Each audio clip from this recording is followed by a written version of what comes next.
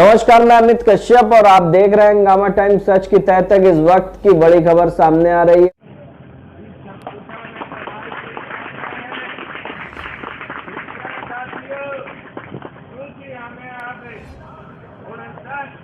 लखनऊ में आज राष्ट्रीय जातिगत आरक्षण पार्टी ने धरना प्रदर्शन शुरू कर दिया है। आपको बता दें कि जहां एक और सभी राजनीतिक पार्टी आरक्षण की लड़ाई लड़ रही हैं, तो वही एक और राष्ट्रीय जातिगत आरक्षण पार्टी आरक्षण के विरोध में है और कई कानूनों के विरोध में यहाँ प्रदर्शन कर रही है। जानते हैं कि आखिर प्रमुखता किस तरह की मांगते हैं। 51 घंटे का ये धरना प्रदर्शन शुरू किया गया है।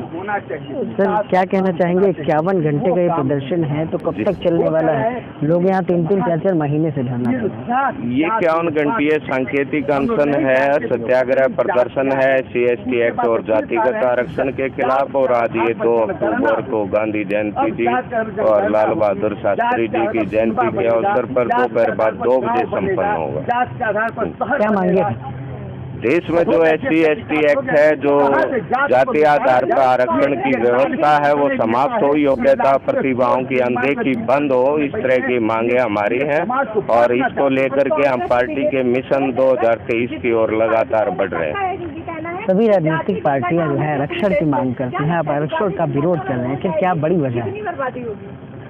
सबसे बड़ी वजह यही है कि इसमें जनहित है, राष्ट्रहित है। हम राष्ट्रहित की मांग को लेकर के कार्य कर रहे हैं, राजनीति कर रहे हैं। अगर आरक्षण नहीं मिलता है आम जन को, तो आखिर किस तरह से सुविधाओं का लाभ मिलेगा उन्हें? क्या मिलेगा। आप जो जरूरतमंद है उसका जो है एक मुश्त आर्थिक सहायता दे करके उसकी रोटी, कपड़ा, मकान और रोजगार ये सुनिश्चित किया जाएगा। शिक्षा, चिकित्सा, रोजगार और पदोन्नतियों आदि में किसी तरह का आरक्षण राष्ट्रीय जातिगत आरक्षण विरोधी पार्टी को बिल्कुल मंजूर नहीं। इन मांगों को लेकर के ही हम लगातार अपने मिशन 2023 की ओर बढ़ रहे हैं। कोई भी कानून बनता है उसका उपयोग सदुपयोग दोनों ही किया जाता है। हमारे साथ कई लोग हैं पार्टी के। सर, क्या कहना चाहेंगे?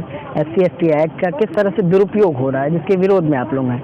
देखिए, SC/ST एक्ट का दुरुपयोग इस तरह से हो रहा है कि जब मोहल्ले में, अगर एक उदाहरण मैं देता हूँ, 2 बच्चे झगड़ा करते हैं, बच्चों के झगड़े को लोग इस तरह से उपयोग करते हैं कि एक सवर्ण बिरादरी के व्यक्ति को 6 महीने की जेल का जो प्रावधान किया है केंद्र की सरकार ने, उसको जेल भेजने का काम करते हैं। जबकि बच्चों के झगड़े रोज होते हैं, वो 2 घंटे बाद फिर खेलते हैं। बिल्कुल। लेकिन इस कानून को इतना कठोर कर दिया गया है जिससे एक समाज का शोषण हो रहा है। हम इसलिए इसका विरोध कर रहे हैं।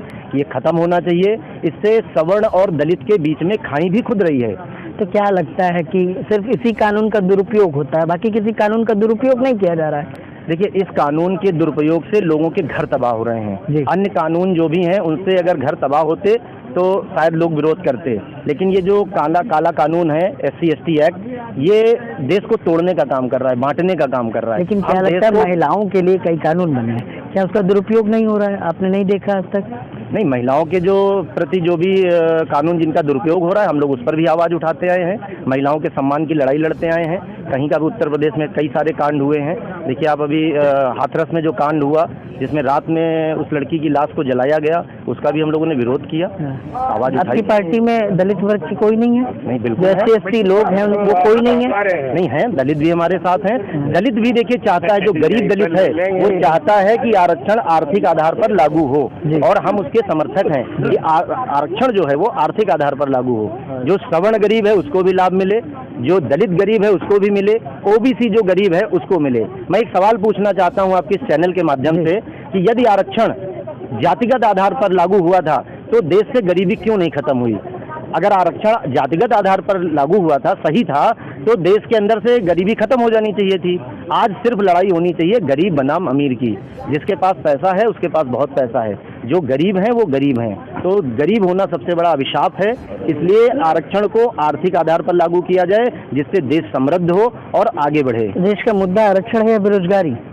देखिए, बेरोजगारी एक अलग विषय हो गया। आरक्षण के तरह से जो आरक्षण जो दे करके लोगों को जोड़ा जा रहा है, इस तरह से ये जोड़ा नहीं जा रहा है। पार्टियां अपने साथ लोगों को जोड़ रही हैं, जातीय राजनीति कर रही हैं। राजनीति से जाति का जो एक समीकरण है वो नहीं जा पा रहा है। तो ये किस तरह से सुनिश्चित किया जाएगा कि कौन जरूरतमंद है, कौन जरूरतमंद नहीं है?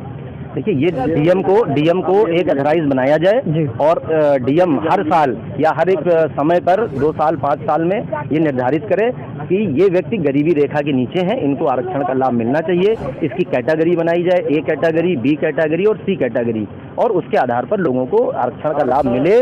किसान के बेटों को आरक्षण का लाभ मिले, रेहड़ी जो लगाने वाले लोग हैं उनके बेटे को मिले, दिव्यांगजन जो हैं उनके बच्चों को आरक्षण का लाभ मिले, फौजी जो हैं उनके बच्चों को आरक्षण का लाभ मिले। चलिए ठीक है सर, कब से अपनी इस मांगों को रख रहे हैं? कब कितने वर्ष हो गए इस मांग को रखते हुए आप लोग? 2007 से। 2007 से। तो अभी चुनाव है, क्या पार्टी चुनाव भी लड़ने वाली है भाई? बिल्कुल बिल्कुल, अधिकतम सीटों पर चुनाव मैदान में उतर के। तो क्या माने ये राजनीतिक मुद्दा है? राजनीति बगैर तो कुछ होता है नहीं। अब मौजूदा समय में कोरोना है, वो नहीं देश के प्रधानमंत्री ने तो घोषित कर रखा है। जातिगत जो आपकी राष्ट्रीय आरक्षण पार्टी है, ये राजनीति कर रही है या लोगों की लड़ाई लड़ रही है? ये जनहित की, राष्ट्र हित की राजनीति कर रही है। बगैर राजनीति, जब तक कोई राजनीति नहीं समझेगा तो ये मानिए कि वो अपने मतलब सही चेतना में नहीं है, अधिकार से वंचित रहे। चलिए बहुत बहुत धन्यवाद। तो और भी लोग हैं आरक्षण पार्टी के लोग जिनसे जानते हैं, क्या कहना चाहेंगे भाई साहब? बैठो बैठो जी। आरक्षण जो है, आरक्षण नहीं अमीरों को, संरक्षण सभी गरीबों को।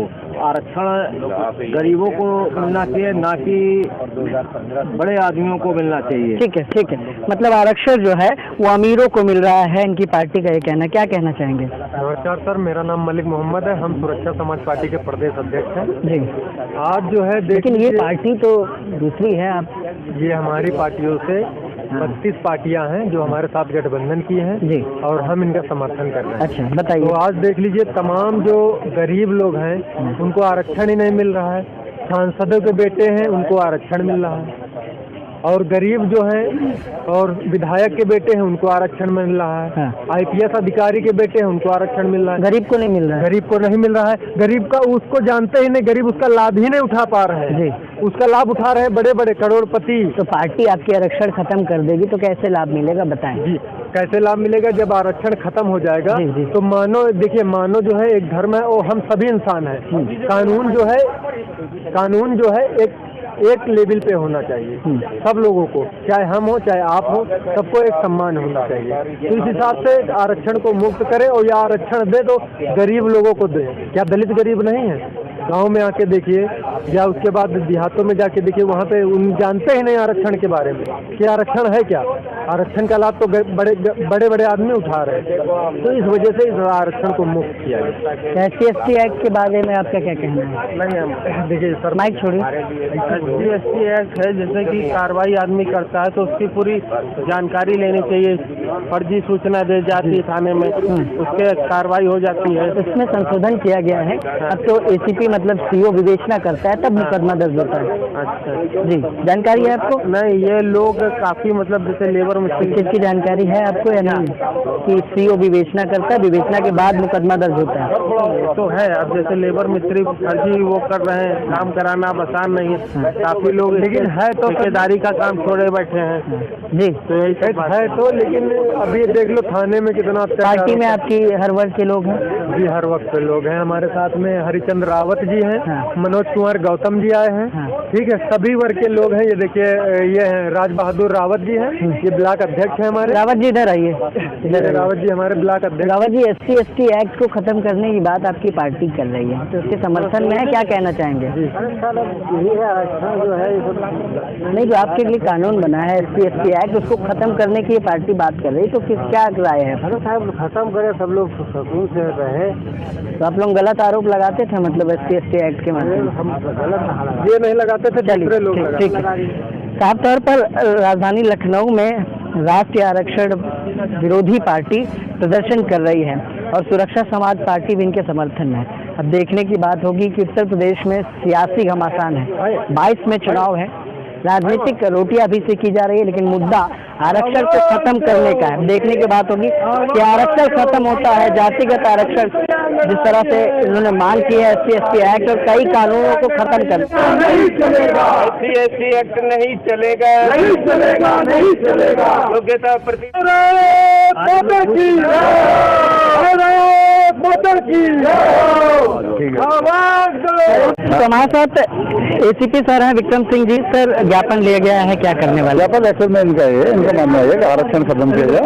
जो भी आरक्षण है इसको गवर्नमेंट को खत्म करना चाहिए, सभी को समान रूप से रखना चाहिए और ये जातिगत जो प्रथा चल रही है समाप्त किया जाए इनके बिना। तो सर, ये ज्ञापन देने वाले हैं प्रशासन को?